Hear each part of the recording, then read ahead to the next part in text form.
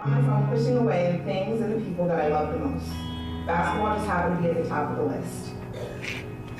The very thing that made me so happy at one point in time was the last thing I wanted to do.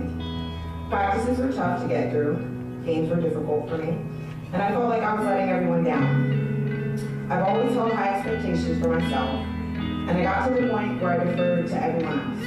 I no longer wanted to be the go-to player or the one everyone relied on. But on February 9th, 2015, I talked to one of my good friends and motivational speakers, Brandon Maye. I told him everything I was facing, and after about a 30-minute phone call, he told me I needed to finish the job.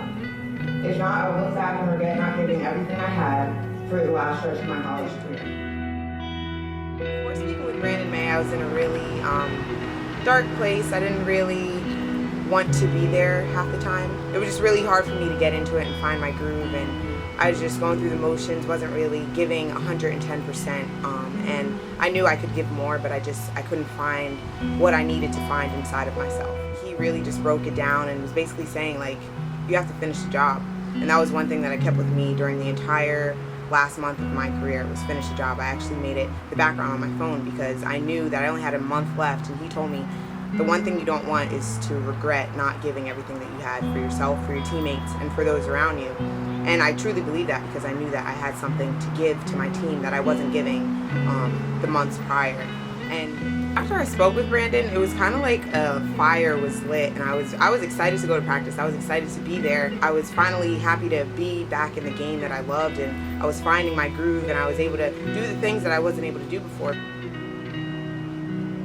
Brandon Maye has this way about him that just so much passion, so much life behind what he does, and being a motivational speaker and being the person that he is, and he puts God first. And I think God really has given this man a gift to speak to others. What he was able to do for me, nobody else could have done that. God sent him to me for that reason during that time when I needed him the most. He was able to just bring me back, and just having somebody there to speak with me and to give me that message that I needed to finish the job. I didn't want to have regret.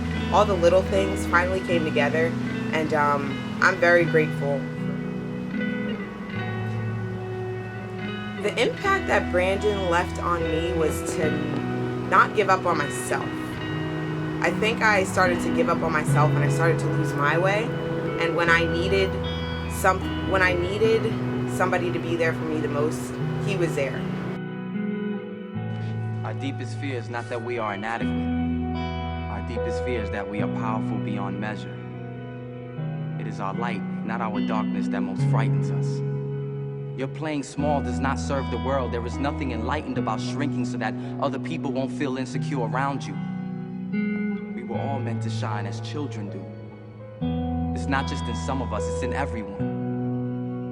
And as we let our own light shine, we unconsciously give other people permission to do the same. Early in the season, she wasn't stroking the ball well. 6 seconds in, Jasmine Martin has given the Bobcats a 2-0 lead by virtue of being the #1 seed, wearing the home whites, and Martin makes it 5-0. Flow of the game, so it's a catch-22 where you want to go deep if you can. Martin now with 7 points, and she puts Quinnipiac back in front.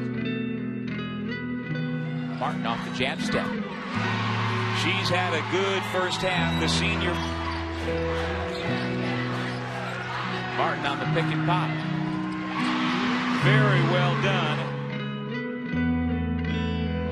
The hot hand continues for Jasmine Martin. She's got a game-high 14 points. Martin is just on fire. This is a player who's playing with a ton of confidence, even in the semifinals as well. She's just confident to take that shot in the picture.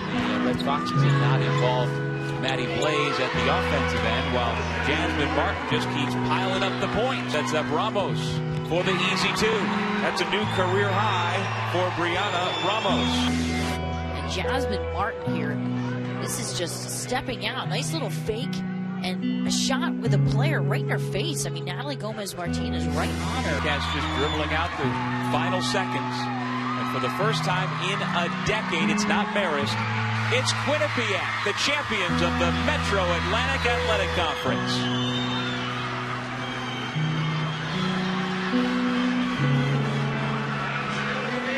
They just punched their ticket for the tournament.